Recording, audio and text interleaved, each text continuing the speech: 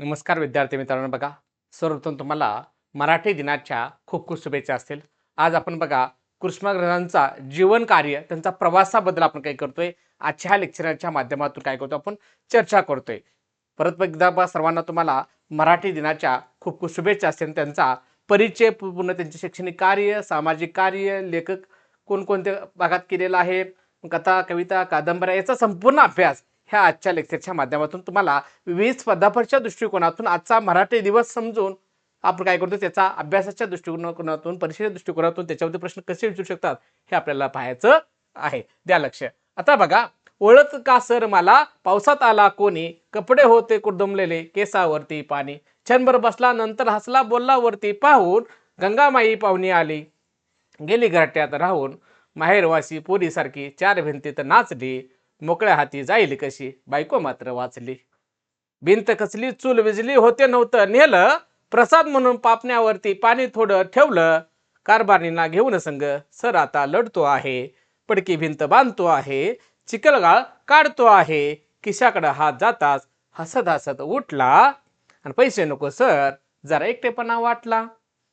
मोडून पडला संसार तरी मोडला नाही कणा, पाठीवरती हात ठेवून निस्तं लढ म्हणा. ही फेमस कविता बघा कुसुमाग्रजांची आहे. एक जीवनाला मोटिवेट देण्यासाठी सुद्धा तुम्हाला कवितेची काय केलेलं आहे, ओळख सांगितलेली आहे. पुढे जाते बघा की मराठी भाषेबद्दल तुम्हाला विविध परीक्षा दृष्टिकोनातून विविध दिवस असतात, त्याच्याबद्दल सुद्धा आपल्याला अभ्यास करायचा आहे. काय काय बघा, मराठी भाषा गौरव दिन म्हटलं की कुसुमाग्रजांचा जन्मदिवस आहे. तो कधी आहे? 27 फेब्रुवारी. त्यांचा जन्मदिवसानिमित्तानं आपण काय करतो, मराठी भाषा गौरव दिन जो आजचा दिवस आहे तो साजरा करतो. मराठी राज्यभाषा दिन म्हटलं की 1 मे सांगायचं आहे. त्याचबरोबर अभिजात मराठी भाषा दिन म्हटलं की 3 ऑगस्ट सांगायचं आहे. अभिजात मराठी भाषाचा सप्ताह म्हटलं तर 3 ते 9 ऑक्टोबर सांगायचं आहे. आणि आंतरराष्ट्रीय मातृभाषा दिन म्हटलं की 21 फेब्रुवारी सांगायचं आहे. आणि त्याचबरोबर मराठी भाषा संवर्धन पंधरवडा म्हटलं की 14 ते 28 जानेवारी सांगायचं आहे. ही मराठी भाषेबद्दल जे महत्वाचे ठोगळ माहिती आहे ते तुमच्यासमोर काय केलेलं आहे, सांगितलेली आहे. मग मराठी भाषेचा गौरव दिन कधीपासून साजरा केला, शासनानं कधी निर्णय घेतला, त्याचाही अभ्यास आपल्याला माहित असणं गरजेचं आहे. तर मातृभाषेचा गौरव म्हणून कुसुमाग्रजांचा स्मृती दिन, अभिवादन म्हणून त्यांचा जन्मदिवस मराठी भाषा गौरव दिन म्हणून साजरा करण्याचा शासन निर्णय दिनांक 21 जानेवारी 2013 रोजी घेण्यात आलेला आहे. ही तारीख लक्षात ठेवण्यात 2013 पासून आपण हा कुसुमाग्रज यांचा जन्मदिवस मराठी भाषा गौरव दिन म्हणून काय करतो, आपण साजरा करतो. हे सुद्धा माहित असणं आपल्याला गरजेचं आहे. मग आता तुम्हाला कुसुमाग्रजावरती विविध परीक्षा दृष्टिकोन विचारलं जातं काय, हे सुद्धा आपलं पाहणं गरजेचं आहे. आज मराठी दिन आहे म्हणून आपण नुसतं परीक्षार्थी या नात्यानं आपल्याला त्यांच्यावरती साहित्यावरती काय प्रश्न विचारू शकतो, टोपण नाव कसं वापरलं, जन्मदिवस काय आहे, कथा कादंबऱ्या कोणती आहेत, नाटकं कोणती आहेत, हे सगळं आपल्याला पाहणं गरजेचं आहे. कोणता पुरस्कार त्यांना मिळाला हे सुद्धा पाहणं गरजेचं आहे. बघा, विष्णू वामन शिरवाडकर म्हणजे कुसुमाग्रज सांगायचं आहे. विष्णू वामन शिरवाडकर हे काय आहे, कुसुमाग्रज सांगायचं आहे. मग मूळ नाव म्हटलं त्यांचं तर काय मूळ नाव, तर बघा गजानन रघुनाथ शिरवाडकर सांगायचं आहे. टोपण नाव बघा, साहित्य कुठल्या नावाने टोपण नावाने लिहितात तर कुसुमाग्रज सांगायचं आहे. हे कुसुमाग्रज नाव कसं पडलं हे तुम्हाला मी पुढे सांगणारच आहे. साहित्यातील अग्रगण्य कवी आहेत, नाटककार आहेत, हे कादंबरीकार आहेत, मानवतावादी एक आहेत, हे कवी एक सुद्धा आहेत, लेखक सुद्धा आहेत. हे सुद्धा परिचय याबद्दल आपल्याला पाहता येईल. मग त्याचा जन्म मृत्यू कधी आहे हे सुद्धा पाहूया आपण. बघा, जन्म बघा 27 फेब्रुवारी 1912 कुठे झाला, पुण्यामध्ये. आणि मृत्यू पाहायचा आपण त्यांचा की बघा 10 मार्च 1999 नाशिक येथे झालेला आहे. मग त्यांचं बघा विविध कार्य आहे, त्या कार्याचा आपल्याला ओळख होणं गरजेचं आहे. भावी पिढीला सुद्धा त्याची ओळख असणं गरजेचं आहे. विद्यार्थी म्हणून आपल्या मुलाबाळांना सुद्धा त्यांच्या कार्याबद्दल ओळख असणं गरजेचं आहे. मग पत्रकारिता आहे, संयुक्त महाराष्ट्र चळवळ, काळाराम मंदिर सत्याग्रह सक्रिय सहभाग त्यांचा होता. आणि त्याचबरोबर साहित्यामधून त्यांनी काय केलं, समाज प्रबोधन केलं आणि अन्यायाविरुद्ध काय केला, लढा लढला. कशाच्या माध्यमातून, साहित्याच्या माध्यमातून. कशाच्या, साहित्याच्या माध्यमातून आपण पाहिलं. मग त्यांचं साहित्य लेखनामध्ये कोणते गाजलेलं काव्यसंग्रह आहेत ते मोजके आपण बघूया.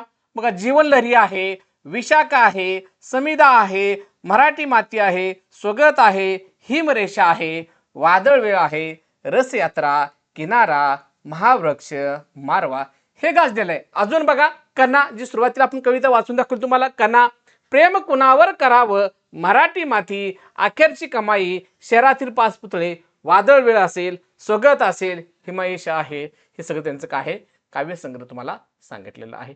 मग नाटकं कोणतीच बघा गाजलेलं सर्वात फेमस नाटक बघा त्यांचं गाजलेलं कोणतं तर नट सम्राट. काय नट सम्राट आहे. वीज म्हणाली धरतीला, ययाती असेल, देवयानी असेल, अथोलो असेल अनुवाद झालेलं, राज मुकट असेल, बेकट असेल, दूरवरचे दिवे असेल, वैजंती, आमचं नाव बाबूराव, ही सगळी नाटकं कृष्णगजांची काय केलेली आहेत गाजलेली आहेत हे आपल्याला माहीत असणं गरजेचं आहे. आपण नाटकं पाहिले. आता आपण पाहतो बघा कथा कादंबऱ्या कोणत्या आहेत तर वैष्णव आहे, जान्हवी आहे, किमियागार आहे, ही कादंबरी बघा. लघुकथा संग्रह आहे, सतारीचं बोल आणि इतर कथा आहेत, काही वृद्ध आणि काही तरुण हा सुद्धा आहे, प्रेम मांजर आहे, कृष्णगजांच्या 12 कथा, अपार्टमेंट आहे, फुलवाली आहे, दिवाणी दावा आणि आमचं नाव बाबूराव, ही सगळी काय ती कथा कादंबऱ्या आहेत. मराठी भाषेचा गुण गौरव व्हायचं म्हणलं तर आपल्या साहित्याची ओळख असणं गरजेचं आहे. छोट्या मुलांना सुद्धा अभ्यासक्रमामध्ये सुद्धा त्याची ओळख असणं गरजेचं आहे. तरच मराठी भाषेचा प्रचार आणि प्रसार करण्याचं काम तुमचं आपल्या सर्वांचं आहे हे लक्षात ठेवणं गरजेचं आहे. तरच मराठी भाषा जगभरामध्ये पसरली जाणार आहे. प्रचार करण्याचं काम सुद्धा आपलं काम आहे, लक्षात ठेवणं गरजेचं आहे. मग यांना बघा यांच्या कार्याला गौरव काय केलेला आहे, सन्मान काय केलेला आहे, पुरस्कार कोणते दिलेले आहेत तर त्यांच्या कार्याबद्दल ज्ञानपीठ पुरस्कार बघा 1987 ला मिळालेला आहे. पद्मभूषण भारत सरकारमार्फत 1991 ला मिळाला आहे. साहित्य अकादमीचा पुरस्कार बघा 1974 ला मिळाला आहे. कुठल्याला नट सम्राटला मिळाला आहे. हे त्यांचा सन्मान आणि पुरस्कार पाहिला, त्यांच्या कार्याचा गौरव आपण इथं पाहिलेला आहे, लक्षात ठेवायचं आहे. मग त्यांचे बघा कुसुमाग्रज हे नाव कसं पडलं गेलं तर त्यांच्या लहान बहिणीचं नाव होतं कुसम.